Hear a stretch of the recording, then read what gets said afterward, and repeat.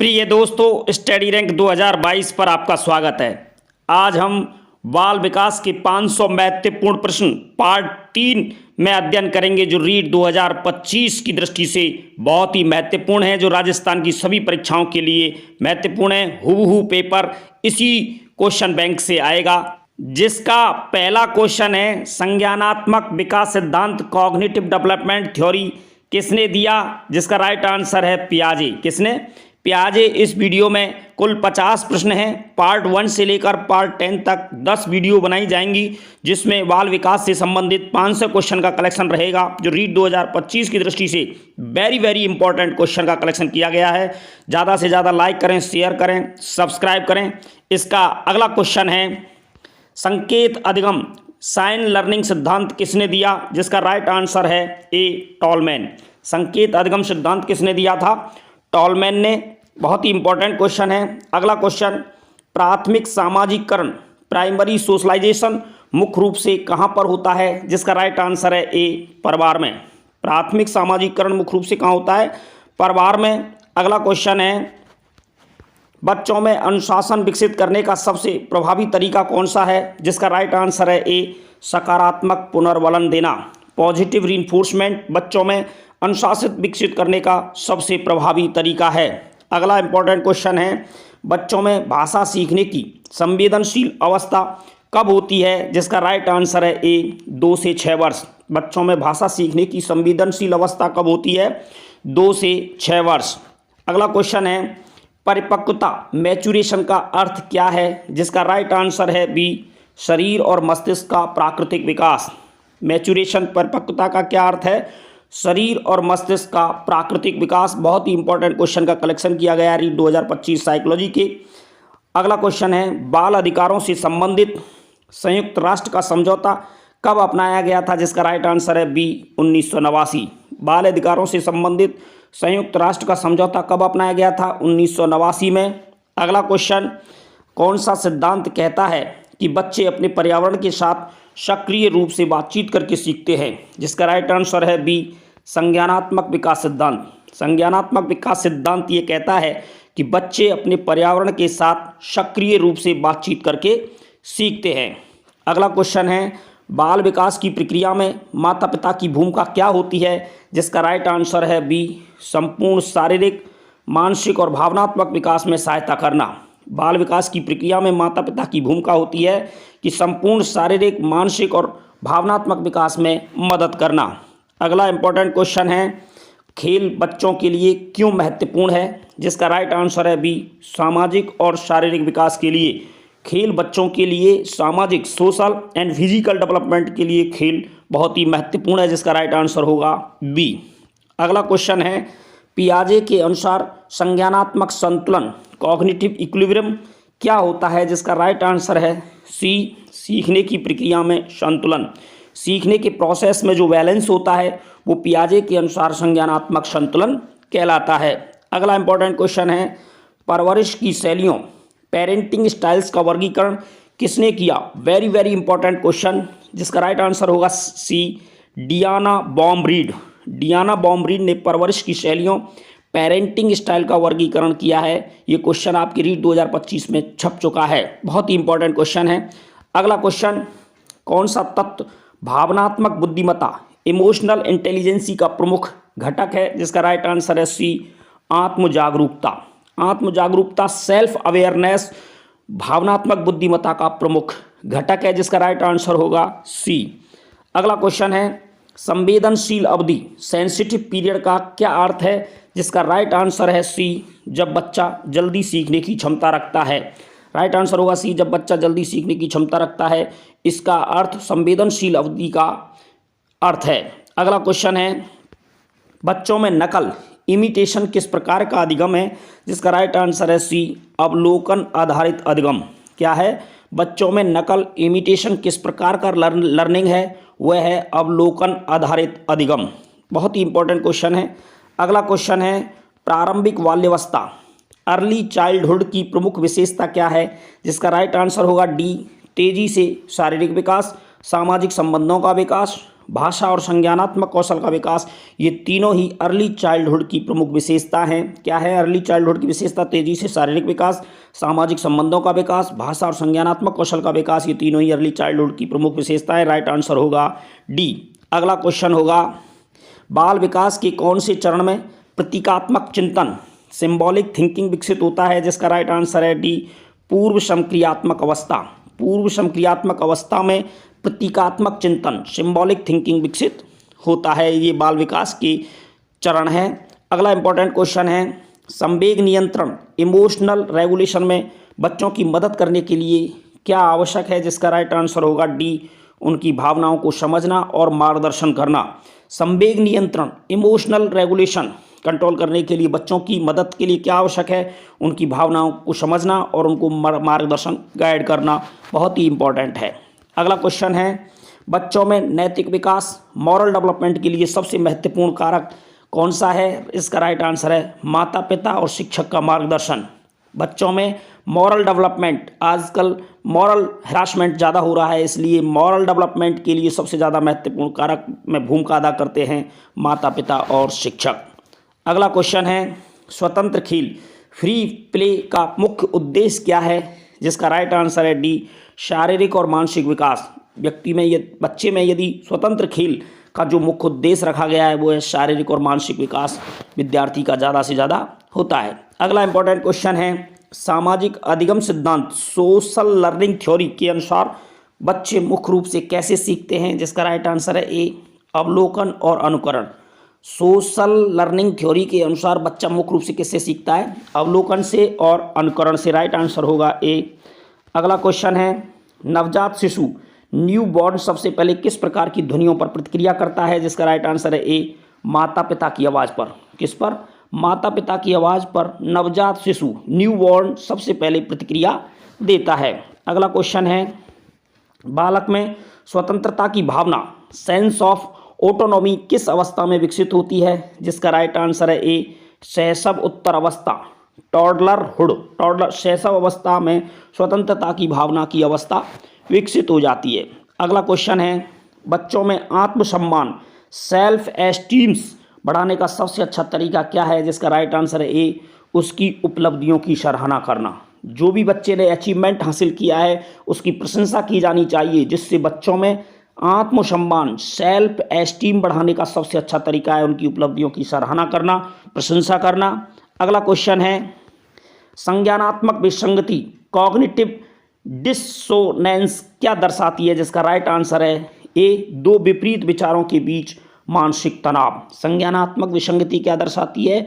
दो विपरीत विचारों के बीच मानसिक तनाव। अगला क्वेश्चन है, सहकर्मी समूह, पीयर ग्रुप्स बच्चों के विकास में किस तरह सहायक होता है? जिसका राइट आंसर है बी, सामाजिक कौशल विकसित करना। क्या है? सामाजिक कौशल विकसित करना। सहकर्मी समूह बच्चों के विकास में सहायक होता है सामाजिक कौशल विकसित कर।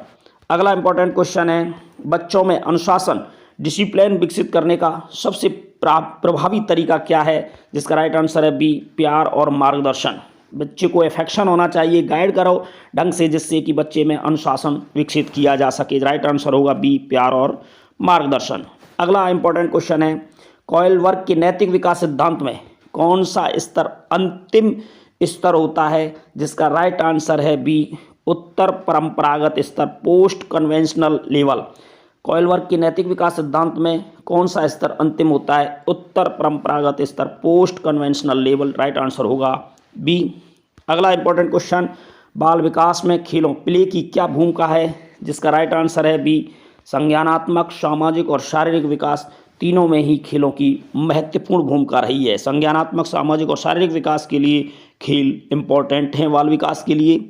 अगला क्वेश्चन है, संज्ञानात्मक विकास, कॉग्निटिव डेवलपमेंट में स्कैफोल्डिंग क्या होता है? जिसका राइट आंसर है बी, सीखने में सहायता करने की प्रक्रिया। लर्निंग में जो मदद करने का जो प्रोसेस है उसे स्कैफोल्डिंग कहा जाता है संज्ञानात्मक डेवलपमेंट में। बहुत ही इंपॉर्टेंट क्वेश्चन है रीड 2025 की दृष्टि से, लेवल 1 और लेवल 2 दोनों ही परीक्षाओं के लिए। अगला क्वेश्चन है, आत्म प्रेरणा, इंट्रिंसिक मोटिवेशन का क्या अर्थ है? जिसका राइट आंसर है सी, स्वयं की आंतरिक इच्छा से प्रेरित होना। स्वयं की आंतरिक इच्छा से प्रेरित होना आत्म प्रेरणा का मुख्य अर्थ है। अगला इंपॉर्टेंट क्वेश्चन है, बाल विकास में माता पिता की शैली, पेरेंटिंग स्टाइल बच्चे के विकास को कैसे प्रभावित करती है? जिसका राइट आंसर है सी, आत्मविकास और सामाजिक कौशल को बढ़ाती है। पेरेंटिंग स्टाइल बच्चे के विकास में कैसे प्रभावित करती है? उसका कॉन्फिडेंस बढ़ाती है और उसका सोशल स्किल, सामाजिक कौशल को भी बढ़ाने में सहायक है। अगला इंपॉर्टेंट क्वेश्चन है, वाइगोत्स्की के अनुसार सामाजिक अंत्यक्रिया, सोशल इंटरेक्शन किस विकास को प्रभावित करता है? जिसका राइट आंसर है सी, भाषा और संज्ञानात्मक विकास दोनों को। वाइगोत्स्की के अनुसार सामाजिक अंत्यक्रिया, सोशल इंटरेक्शन, भाषा और संज्ञानात्मक विकास दोनों को प्रभावित करता है। अगला क्वेश्चन है, ऑब्जेक्ट परमानेंस की अवधारणा किस विकासात्मक चरण में आती है? जिसका राइट आंसर है सी, संवेदी मोटर अवस्था, सेंसोरी मोटर स्टेज। संवेदी मोटर अवस्था में ऑब्जेक्ट परमानेंस की अवधारणा विकासात्मक चरण में आती है। अगला क्वेश्चन है, बाल विकास में अहम ईगो की अवधारणा किस मनोवैज्ञानिक ने दी है? जिसका राइट आंसर है सी, फ्राइड। बाल विकास में अहम ईगो की अवधारणा किस मनोवैज्ञानिक ने दी थी? Fried. End ego, super ego, ये तीनों ही अवधारणा फ्राइड ने दी हैं बाल विकास में। बहुत ही इंपॉर्टेंट क्वेश्चन है।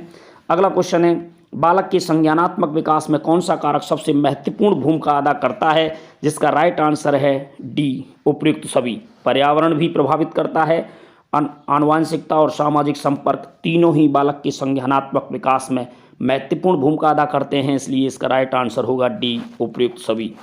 अगला क्वेश्चन है, बाल अधिकारों को सुनिश्चित करने वाला सबसे महत्वपूर्ण संगठन कौन सा है? जिसका राइट आंसर है डी, यूनिसेफ। जो बाल अधिकारों के लिए सबसे ज़्यादा सुनिश्चित करने वाला महत्वपूर्ण संगठन है अंतर्राष्ट्रीय स्तर पर, उसका नाम है यूनिसेफ। बहुत ही इंपॉर्टेंट क्वेश्चन है रीट 2025 की दृष्टि से।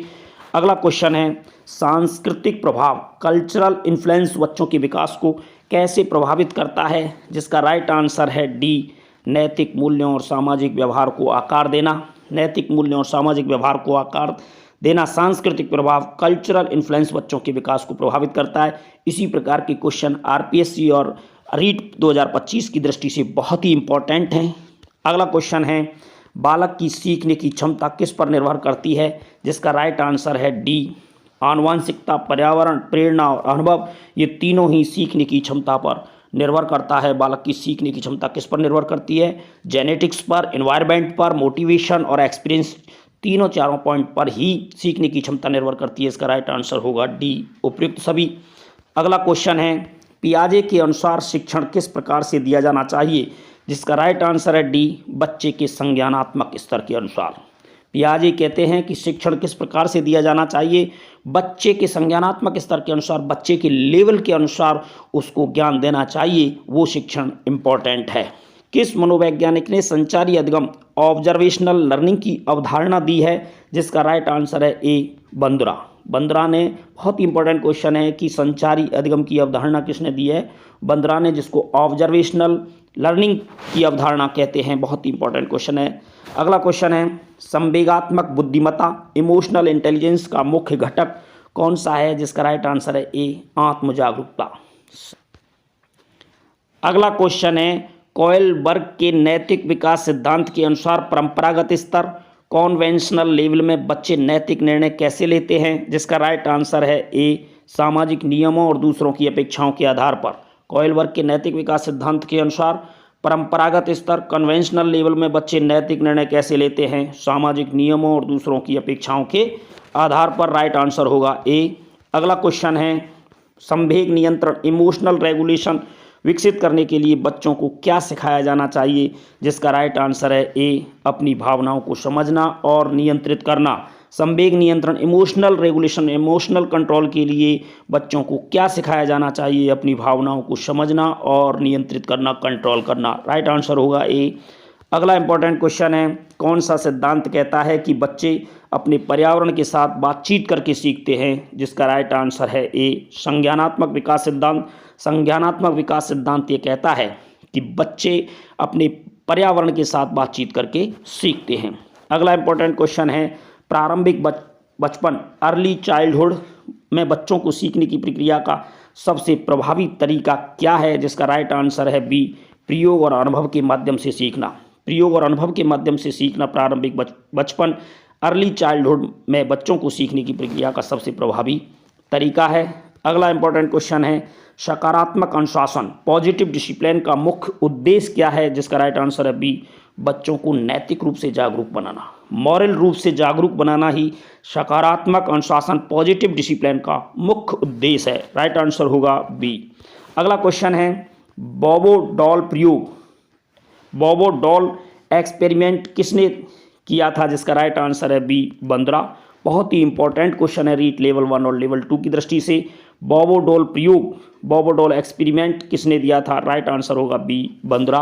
अगला क्वेश्चन है, बच्चों में अनुकंपी व्यवहार एम्पैथी किस अवस्था में विकसित होने लगता है, जिसका राइट आंसर है बी, 1 से 2 वर्ष की अवस्था में अनुकंपी व्यवहार विकसित होने लगता है। ज़्यादा से ज़्यादा सब्सक्राइब करें, लाइक करें, शेयर करें। अगला क्वेश्चन है, सक्रिय अधिगम एक्टिव लर्निंग का मुख्य तत्व क्या है, जिसका राइट आंसर होगा बी, बच्चों की भागीदारी और अनुभव आधारित अधिगम। सक्रिय अधिगम एक्टिव लर्निंग किसे कहते हैं, जिसमें बच्चे सबसे ज़्यादा भाग लेते हों और अनुभव आधारित अधिगम हो, उसे हम सक्रिय अधिगम कहते हैं।